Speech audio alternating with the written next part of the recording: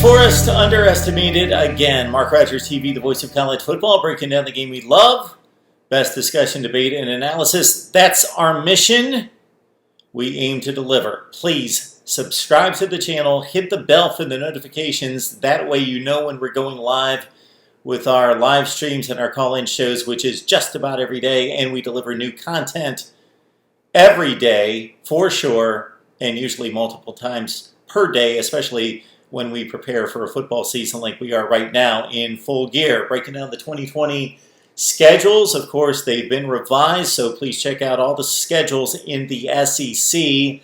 And now we're running through the revised schedules in the ACC with, of course, the increase from 8 to 10 conference games, the reduction of non-conference games from 4 down to 1, and that's typically a give-me, only a couple decent non-conference games like Georgia Tech and UCF.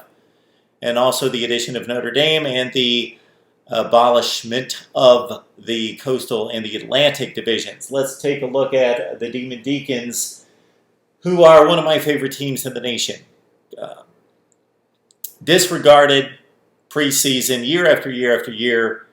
Dave Clawson doing a remarkable job in winning 7 and 8 games every year and winning most of his bowl games as well. Wake Forest coming off another fine campaign last year.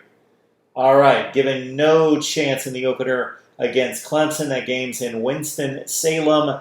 The power index gives the Deacons 3% chance of winning. I'm at 9%. So obviously the big lift against Clemson, when we get to their board, it's going to be unlike anything we've seen in college football. All right, Wake Forest at NC State. This number surprises me. NC State given a 54% chance of winning. I'm at 56 for Wake.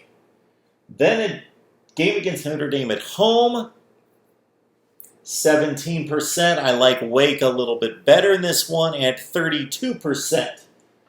Then the premier matchup of the season, in which we're all waiting with bated breath, 99% chance of defeating Campbell. And yes, I do not check out the FPI before I put my number down. 99% chance of defeating Campbell.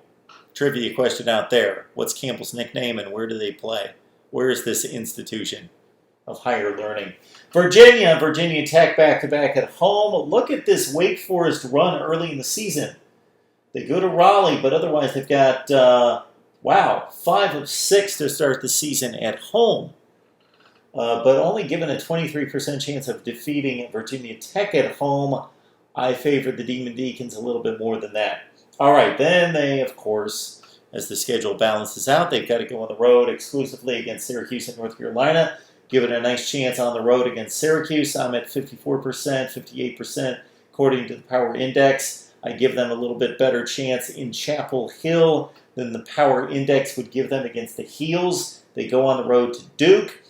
We're about 11 points off in regards to our probability of winning index there. Then they conclude with Miami and Louisville. So the schedule is definitely backloaded. Well, the two toughies off the top in 3 weeks, Clemson and Notre Dame. But in terms of depth, Virginia Tech, Syracuse, North Carolina, Duke, Miami, Louisville. Tough stretch at the end for Wake Forest. Although, look at that number here. I was surprised by this. Once we get to the Miami board, it's going to be interesting because the power index not high on Miami this year. They will be an underdog unless things change, and they will throughout the season, obviously, because we're going to have results we're not anticipating. But as it stands, the first week of September, looking at a game in November, Wake is a favorite right now against Miami at 52%, and I, lo and behold, matched the power index, but I am way off here. Louisville is loved by the power index. It's phenomenal, the numbers that the Cardinals are getting. I know that they're improved, but still, let's see some defense from the Cardinals. Wake won this game against Louisville 62-59 last year.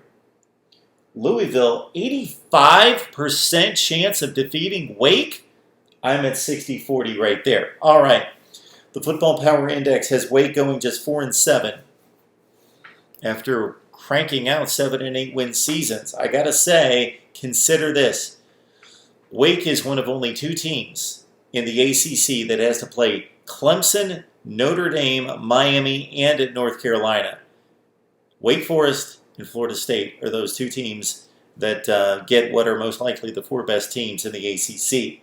I've got 5 wins for Wake if you add them up. They defeat North Carolina State on the road, Campbell, Virginia, Syracuse, and Duke.